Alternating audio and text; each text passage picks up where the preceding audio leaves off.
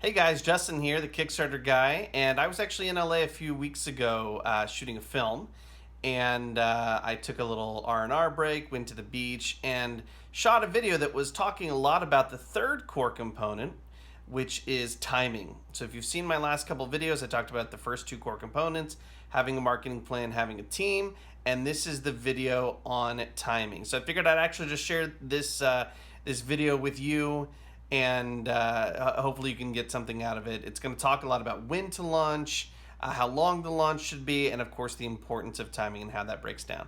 All right, so enjoy. Peace. Oh yeah, actually, shoot, one more thing. Uh, if you have any questions that things that you want to talk about in terms of crowdfunding, please leave them in the comments below, and I'll be sure to address them on future videos. Okay, so now, peace. Enjoy the video. Bye. Hey, what up everybody? Justin here, and I've been working on finishing our most recent project and ended up flying back to LA to teach a crowdfunding seminar at Film Independent, and so that's done. Now I'm just enjoying a little beach time. But I had this thought pop into my head. I was like, oh, what's like a really good piece of content I can some training that I can share with you guys about crowdfunding, and so I figured I'd take a few minutes to do that. So give me a few minutes, and I want to talk about the single easiest way to screw your campaign before you even launch. Like before you even hit launch, this is the easiest way to F it up, okay? And that is timing, and having a sense of timing. And timing covers a couple pieces. So first off is timing. With timing, it's like how long you should prep. Like, what does that prep period look like? Then the other bit of timing is when to launch, like during the year, and then like even more specifically, when to launch your campaign, like what day of the week, what time, and why. So I'm gonna talk through those three things. So let's talk about kind of timing from a broad perspective, right? So most of you watching this are probably filmmakers looking to maybe crowdfund a film, so you should know this already. Films are made in their pre-production period. Nobody shows up on set and is like, what are we doing today and how am I gonna do it, right? All those decisions have been made ahead of time, and that's the exactly true for crowdfunding as well. There shall be no Googling of how to get people to fund my campaign during the campaign. All that work should be done beforehand. Now, what I tell my clients during my free consultations and with some of the training materials, which by the way, you can get, I've got some new stuff out. If you want it, just type hit me up below, and it's totally free training. And it goes into more depth about this stuff. But what I touch on is that generally you need about 90 days of prep. Now that sounds like a lot of time, and a lot of times I get kind of the follow-up, which is like, well, what am I doing during that time? Two primary things. The first thing is collating, organizing, and strategizing around the audience and the network and the fan base that you've already got. So in other words, how are you going to organize and reach out to the people who are already supporters in some fashion in a way that doesn't alienate them? So you got to think about who are your personal contacts that deserve maybe a personal email as opposed to random Facebook friends that you don't even know where you got from. How do you interact with all those people in a way that is appropriate to the relationship, get organized, so forth. Write those emails, all that kind of stuff. The other thing that you're doing is building up the crowd from which to crowdfund. People forget that part. They only think about the fund part and they don't think about the crowd part. So building up your social media, building up your email list, building up your audience. I teach how to get 1,000 to 2,000 Twitter followers per month. They're real, organic, engaged, niche, active people. But it's per month because they're real people. You're not buying them. So, 3 months of prep means you can have 5,000 followers ready to go on your launch day. If you're going to do any Facebook ads, you need time for those Facebook ads to happen. I've yet to have a client. I've launched 130 campaigns with a 97% success rate. I've yet to have a client say to me, oh man, I really didn't need all that prep time. So 90 days or more, by the way. Okay, so that's the amount of prep time that you need in terms of timing. So the next piece is when should you crowdfund during the year? There's actually a lot of statistics about this, so you can go geek out on the internet and look up analytics and studies. Basically, there's really only one window you don't want to crowdfund in. That is the holidays, the week of Thanksgiving through the first couple weeks of the new year. everybody's disposable income is going to Christmas presents, holiday presents. Obviously not every single person, I'm making a broad generalization, but like that's the time of the year where people are spending money on other things, and your campaign is unlikely to be one of those things. So that means you want to end the Friday before the final, before Thanksgiving. So this year, I believe that's November 22nd, I want to say. So that means your launch date, if you're going to have a 30-ish day campaign, is a month before that, October 22nd, somewhere in that range. And I'll get to like when days of the week you should start and end here in a second.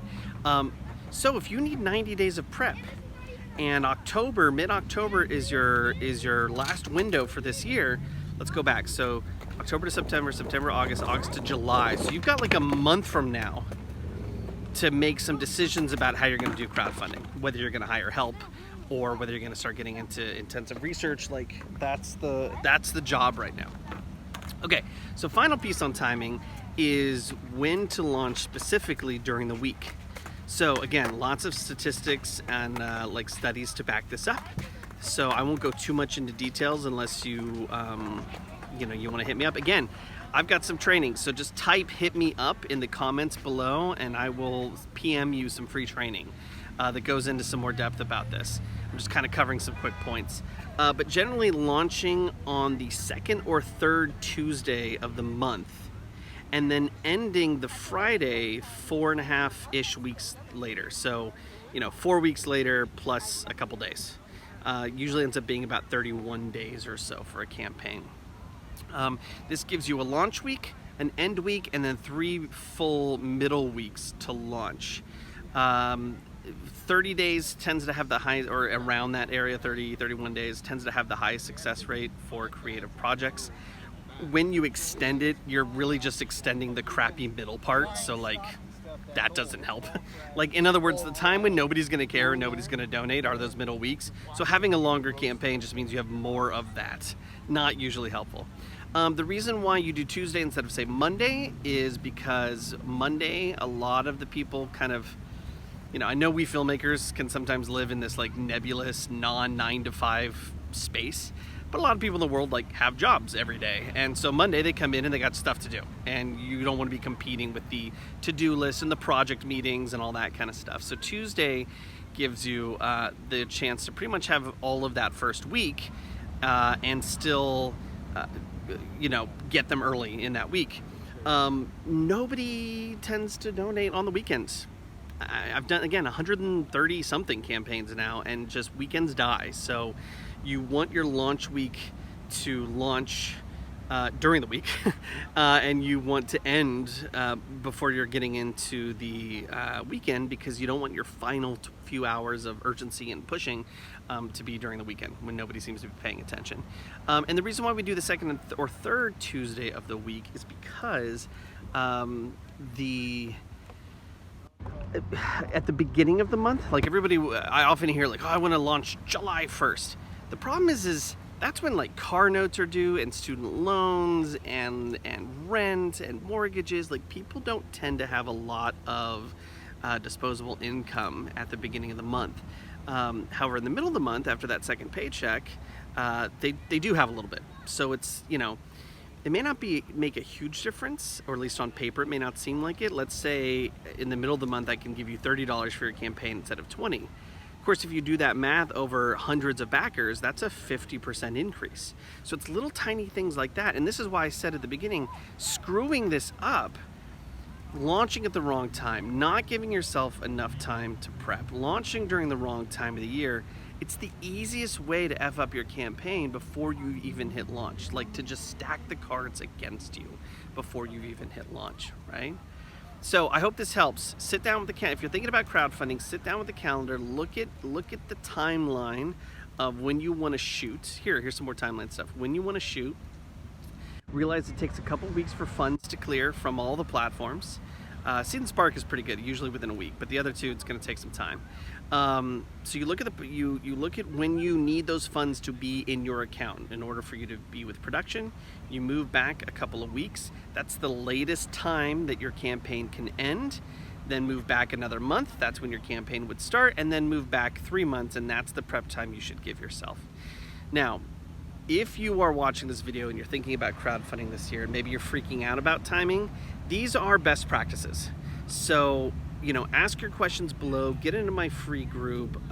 There might be some ways that, you know, we can adjust the timing. I just had a client, Belinda, who I think we worked together for like a month, and she ended up raising $20-something thousand, you know, being successful. So these aren't hard and fast rules. These are just good guidelines for you to be thinking about.